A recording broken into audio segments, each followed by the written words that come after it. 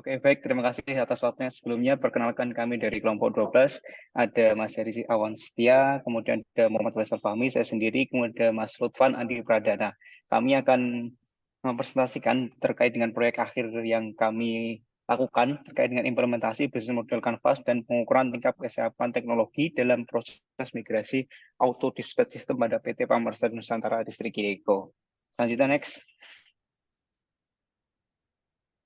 Ya, ini merupakan outline yang akan kami sampaikan nanti. Ada pendahuluan kajian pustaka, metode penelitian, dan daftar pustaka. Selanjutnya, next. Nah, berikut merupakan abstrak yang kita rangkum dalam beberapa poin, di mana yang pertama adalah proses migrasi atau peran sistem industri pertambangan sering membutuhkan adaptasi yang cepat terhadap sistem baru untuk menjaga operasional dan produktivitas. Kemudian yang kedua, manajemen proyek yang efektif sangat penting dalam proses migrasi sistem. Nah, kemudian yang ketiga adalah bisnis model Canvas adalah pendekatan yang efektif dalam pengembangan produk dan menjaga keberlanjutan bisnis di era teknologi yang terus berubah. Kemudian yang keempat, penelitian ini bertujuan untuk menganalisis kesiapan karyawan dalam menghadapi proyek migrasi auto dispatch system di industri pertambangan. Kemudian yang kelima adalah hasil analisis diharapkan mampu memberikan panduan berharga bagi perusahaan terkait dengan proses migrasinya. Next. Baik, jadi proyek ini dilatar belakangi oleh kenaikan fluktuasi harga batu bara yang berdampak pada volatilitas bisnis yang cukup tinggi dan penuh ketidakpastian. Nah, pada kuartal 4 pada tahun 2003 sendiri, batu bara mengalami kenaikan setelah mengalami penurunan pada kuartal sebelumnya. Dalam situasi tersebut, perusahaan mengambil momen untuk memaksimalkan produksi batu bara agar memperoleh pendapatan atau revenue bagi perusahaan yang maksimal. Nah, berikut di samping sebelah kanan merupakan proses penambangan dari batu bara sendiri. Terdapat beberapa proses besar, yaitu adalah eksplorasi, pembersihan lahan, kemudian pemboran dan peledakan tanah penutup, selanjutnya pemindahan dan pengurukan tanah penutup, kemudian penambangan batu bara sendiri, dan kemudian pemecah dan penyimpanan batu bara, dan kemudian selanjutnya pengapalan dan pengiriman batu bara. Nah, ini kita sebagai kontraktor berfokus pada pemindahan dan pengurukan tanah penutup. Next. Kemudian dalam sebuah jurnal penelitian yang berjudul Identification of Digital Technology on Digitalization Trend in Mining Industry pada tahun 2020 menunjukkan perkembangan teknologi dan digitalisasi di bidang pertambangan. Nah, ini didominasi oleh automation ya. Kemudian ada big data, kemudian ada IoT dan lain-lain. Kemudian untuk otomatis sendiri ini termasuk adalah auto dispatch system itu sendiri. Nah, dalam proses operasionalnya di Project Pamakide didukung oleh auto dispatch system pada sejak tahun 2009. Ya, kemudian sampai tahun 2023 tentunya sistem ini perlu pembaharuan karena memang sudah tidak ada update gitu ya dari vendor yang lama. Terdapat beberapa kekurangan, yaitu ada sistem yang sering error, kemudian sensornya sudah sering error juga, kemudian fitur yang tidak update, kemudian uncustomized karena memang ada license di sana. Kemudian untuk auto dispatch system itu sendiri, ini bekerja sebagai real-time modeling, kemudian monitor and controlling, dan kemudian reporting. Next, selanjutnya. Nah, berikut perumusan masalah dalam proses analisa kami, di mana yang pertama adalah bagaimana proses migrasi auto dispatch ini terjadi dalam proyek pertambangan batu bara. Kemudian yang kedua adalah bagaimana penerapan bisnis model Canvas dalam proses migrasi auto dispatch system yang terjadi di dalam proyek pertambangan batu bara. Kemudian bagaimana tingkat kesiapan stakeholder dalam proses migrasi auto dispatch system yang terjadi dalam proyek pertambangan batu bara.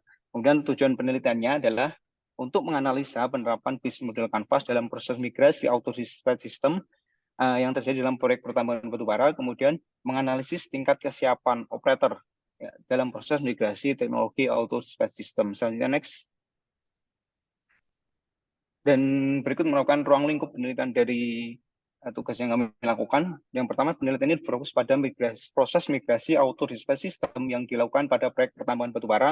Kemudian penelitian ini berfokus pada penerapan bisnis model Canvas dalam proses migrasi. Kemudian penelitian ini berfokus pada pengukuran tingkat kesiapan perusahaan dalam menerima sistem EWAX Pro. Sistem EWAX Pro ini merupakan sistem baru.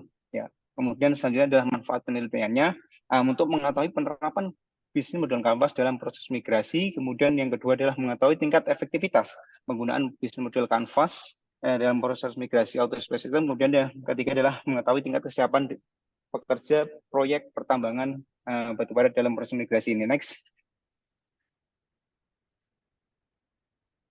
Next.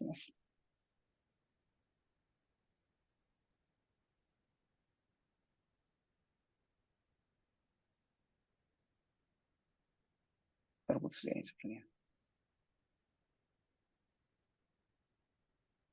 Next.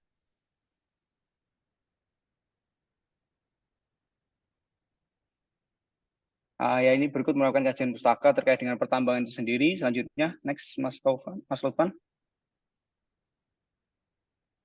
Ya, ini merupakan tadi terkait dengan jasa pertambangan baru yang sempat saya jelaskan di awal. Selanjutnya, next. Ini melakukan penjelasan terkait dengan inovasi model bisnis ya yang dimana sangat penting dalam proses menjalankan industri. Kemudian selanjutnya, next. Nah, ini merupakan business model canvas yang kita gunakan dalam menganalisis proses migrasi ini. Selanjutnya, next. Nah, ini terkait dengan pengembangan teknologi dan tingkat kesiapan teknologi. Selanjutnya, terkait dengan TAM ya, teknologi acceptance model yang nantinya akan kita gunakan. Selanjutnya akan dijelaskan oleh Mas Lutfan, silakan. Oke, untuk bab 3-nya di sini yang pertama metode yang kita gunakan itu mulai dari identifikasi bisnis model canvas di Pama Persada Distrik Hideko. Kemudian yang kedua kita menggunakan metode pengukuran teknologi acceptance model of TAM. Nah, terus di sini mengenai indikator-indikator nanti bakal dimasukkan untuk diolah di metode TAM ini. Kemudian metode penelitiannya di sini kita ada 3 hipotesis yang kita gunakan. Yang pertama, terdapat hubungan positif antara persepsi, kemudahan penggunaan dan kinerja aktual penggunaan sistem. Kemudian hipotesis keduanya, terdapat hubungan positif antara persepsi, kegunaan dan kinerja aktual penggunaan sistem. Kemudian hipotesis ketiga, terdapat hubungan positif antara penerimaan terhadap teknologi informasi dan kinerja aktual penggunaan sistem. Kemudian yang keempat, kita menggunakan teknik pengumpulan data. Di sini data primer itu dikumpulkan melalui observasi dan wawancara yang menggunakan survei online melalui platform seperti Google Form atau Microsoft Form. Nah, untuk survei online ini efektif karena memiliki kemudahan akses, terus biaya juga rendah, proses cepat, dan tingkat responnya yang cukup tinggi. Di sini kuesioner online ini dirancang untuk mengumpulkan informasi tentang variabel penelitian seperti kesiapan dari teknologi, kualitas layanan, persepsi risiko, kualitas hubungan, dan niat berkelanjutannya. Kemudian yang kelima, kita menggunakan populasi dan sampel penelitian seperti skala kuesioner dengan Likert 1-5 ini, mulai dari sangat tidak setuju dan sampai sangat setuju dengan target 100 orang responden. Untuk bab 4-nya kita mulai dari pembahasan di bisnis model canvas-nya. Untuk segmen customer segmentation-nya di sini ada dari segi manajemen dan departemen produksi. Kemudian di value proposition-nya itu ada real-time monitoring unit alat berat, terus ada real-time data performance, real-time report, dan informasi yang cepat dan akurat. Kemudian di dalam channelnya sendiri, di sini ada report dari server, kemudian bisa menggunakan WhatsApp atau website. Dalam customer relationship-nya, di sini ada di grup WhatsApp sendiri, terus bisa dari email dan dashboard real-time monitoring. Kemudian dalam revenue stream-nya, di sini dilakukan dengan meningkatkan produksi dan efisiensi alat berat. Kirsasa sendiri itu ada peningkatan unit monitoring dan pengendalian. Kemudian ada radio antena, kabel konektor, dan jaringan internet. Terus di dalam key activities-nya, ini ada pemasangan perangkat unit erat, kemudian ada pemasangan antena jaringan, monitoring proses instalasi, dan manajemen data. Kemudian dalam key partner-nya ini ada vendor dari perangkat itu sendiri, kemudian vendor dari tim instalasinya, kemudian ada di departemen plan, Departemen Supply Management, operator dari unit alat berat itu sendiri, dan engineer. Kemudian untuk cost strukturnya itu dari pembelian perangkat, terus kontrak kerja manpower instalasi, dan pemeliharaan aplikasi. Berikut bisnis model Canvas yang terbentuk dari hasil analisa kami di sini. Mungkin selanjutnya bisa dilanjut sama Pak Hari. Baik, terima kasih. Kami lanjutkan dari pembahasan yang selanjutnya ini terkait dengan teknologi acceptance modelnya, yaitu untuk mengevaluasi penerimaan pengguna terhadap sistem baru ini. Jadi ada 3 faktor utama. Yang pertama tentang kemudahan, kedua kebermanfaatan, yang ketiga terkait dengan penerimaan. Next. Next, Mas. Kemudian hasilnya adalah yang pertama terkait dengan kuesionernya. Untuk kemudahan ini didapat skor rata-rata 3,26, di mana artinya ini cukup mudah digunakan. Namun memang ada beberapa area yang perlu ditingkatkan, yaitu terkait dengan fleksibilitas sistem, itu dinilai terendah 2,88, di mana upaya peningkatannya ini difokuskan pada pelatihan tambahan, perbaikan antarmuka, dan peningkatan dukungan teknis untuk membantu penggunaan. Next. Kemudian terkait dengan kebermanfaatan, ini dapat skor 3,31, di mana ini hasilnya adalah cukup mudah untuk digunakan. Ada beberapa poin penting. Yang pertama ini skor tertingginya menunjukkan bahwa pengguna merasa pekerjaan mereka menjadi lebih mudah. Kemudian di skor 13 ini skor terendah, ini menunjukkan bahwa beberapa pengguna merasa peningkatan efektivitas kerjanya tidak terlalu signifikan, di mana ini akan secara umum merasa bahwa sistem ini mudah digunakan, namun masih ada ruang untuk ditingkatkan terkait dengan efektivitas kerja. Next. Kemudian terkait dengan penerimaan, ini didapat poin 3,31, di mana ini menunjukkan bahwa pengguna merasa cukup nyaman dan menerima penggunaan sistem auto dispatch ini.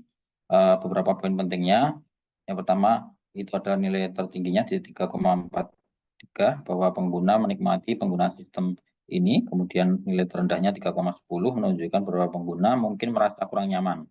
Jadi skor 3 ini secara umum menerima dan merasa cukup, namun harus ada peningkatan dalam pelayanan penggunaannya. Next.